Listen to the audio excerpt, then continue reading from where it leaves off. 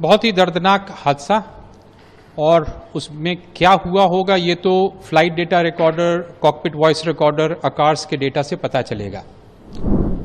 लेकिन जो विजुअल्स आ रहे हैं उससे एक चीज़ साफ नज़र आता है कि एयरक्राफ्ट जो है वो फ्लाई कर रहा था और फ्लाई करते हुए ग्राउंड पे गया है। दैट मीन्स के एयर में कोई एक्सप्लोजन नहीं हुआ था। सबसे पहले तो ये। दूसरी चीज़ जो बहुत क्लियर है वो ये कि वेदर ऐसा हार्श वेदर नहीं था जो कि कंट्रीब्यूटरी फैक्टर हो सकता है। तीसरी चीज़ कि इस पूरे विजुअल्स से लगता है कि एयरक्राफ्ट को लॉस ऑफ पावर है। वो लॉस ऑफ पावर एक इंजन में है या दोनों इंजन में है, ये कहना बहुत डिफिकल्ट होगा, लेकिन जो भी पावर था that was not sufficient to keep the aircraft flying. उसको तो ये जो लॉस ऑफ पावर है, अगर हम इसको दो भाग में डिवाइड करें तो एक तो है टेक्निकल के इंजन के मैल फंक्शन। बहुत रेयर है कि दोनों इंजन का लॉस ऑफ पावर साइमल्टेनियसली हो। दूसरा है जैसा कि वो हडसन रिवर वाले में हुआ था, loss of power on both engines हुआ था, but that was due to bird strike के वजह से हुआ था। दोनों इंजन लॉस हो गए थे। ये इंजन एयरबस 320 से बहुत बड़ा है और बर्ड हिट से भी दोनों इंजन का स्ट्रेट अवे एक साथ खत्म होना in 1 minute duration is very rare.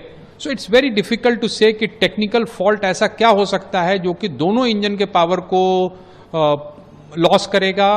क्या इतने बड़े बर्ड एक्टिविटी वहां पर थे? वैसे अहमदाबाद एयरपोर्ट में बर्ड्स बहुत हैं, लेकिन क्या वो इतने ज्यादा थे कि एयरबस बोइंग 787 जैसे जहाज के दोनों इंजन को एक साथ खत्म कर सकता है? Quite unlikely, but that is one of the possibility. अभी खबर यह है कि पायलट ने मेडे कॉल दिया था। इसका मतलब यह है कि जो भी फेलियर था वो पायलट के कॉकपिट में दिखा था। अगर वो दिखा था दैट मीन्स कि वो टेक्निकली उसमें वो फॉल्ट नजर आया और उसको ये लोग कॉम्बैट करते हुए एयरबॉर्न हुए। जो चीज मुझे नहीं समझ में आ रही है कि उनका लैंडिंग गियर क्यों डाउन था और क्या फ्लैप्स के पोजीशन वही थे जिस पे कि परफॉर्मेंस कैलकुलेट किया गया था। फ्लैप्स एक विंग्स के पीछे में एक डिवाइस होता है जो कि लिफ्ट को बढ़ाता है। तो जब एयरक्राफ्ट टेक ऑफ करता है तो उसका फ्लैप्स टेक ऑफ पे होता है, लैंडिंग गियर डाउन होता है। जैसे ही एयरबॉर्न होता है तो लैंडिंग गियर को अप किया जाता है। वो 30 से 50 फीट के ऊपर में लैंडिंग गियर को अप करने की कार्यवाही 50 फीट से ऊपर से शुरू हो जाती है। और इस केस में लैंडिंग गियर डाउन है। पॉसिबिलिटी के एयरक्राफ्ट का engine power loss was detected before hand. अब टेक्निकल फॉल्ट के साथ अगर कोई मिक्सअप ऑफ पायलट एक्शन हुआ है कॉकपिट में तो वो सीवीआर और एफडीआर ही बताएगा।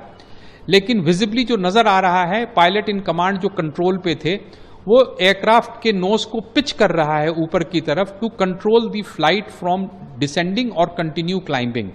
ये दोनों ही चीज नहीं हो पा रहा था। इसकी वजह तो यह है कि सफिशिएंट पावर नहीं था या उस फ्लाइट कन्फिग्रेशन के लिए सफिशिएंट एयर स्पीड नहीं था। एयर स्पीड का मतलब कि अगर जहाज बहुत स्लो है और फ्लैप्स अगर अप है तो अगेन एयरक्राफ्ट फ्लाई नहीं कर पाएगा। और दूसरा यह है कि सभी चीज सही है और पावर नहीं है, अगेन एयरक्राफ्ट फ्लाई नहीं कर पाएगा। तो इन सारे चीज इतने वेरिएबल्स हैं कि किसी भी तरह का स्पेकुलेशन विल बी वो अनजस्ट होगा for the pilots on board. अब कैसी स्थिति रही होगी पायलट्स के नजरिए से कि जहाज जो है वो पायलट उसको उड़ाने की कोशिश कर रहा है और जहाज नीचे की तरफ गिरा चला जा रहा है और पायलट को ये पता नहीं चल रहा है ये हो क्यों रहा है, या इंजन्स पावर नहीं डेवलप कर रहे हैं। इट इज़ अ वेरी बहुत ही डिफिकल्ट सिनेरियो है इस चीज़ को गेस करना, ठीक है। लेकिन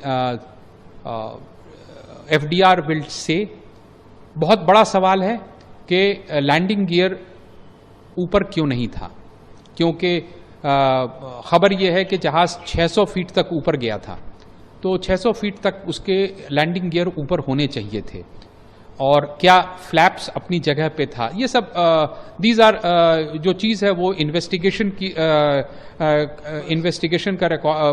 चीज़ है और किसी को भी स्पेकुलेट करने का हक नहीं है। मैं ये बोल रहा हूँ कि वेदर, हॉट टेम्परेचर, रनवे, ये सारा चीज़ परफॉर्मेंस एयरक्राफ्ट के इंजन पावर और कन्फिग्रेशन पे डिपेंड करता है। इंजन पावर टेक्निकली ख़राब हो सकता है, इंजन पावर बर्ड हिट की वजह से भी जा सकता है और एयरक्राफ्ट का कन्फिग्रेशन पायलट के हाथ में होता है। क्या एक प्रॉब्लम था या मल्टीपल प्रॉब्लम था, अभी कोई कुछ नहीं कहा जा सकता।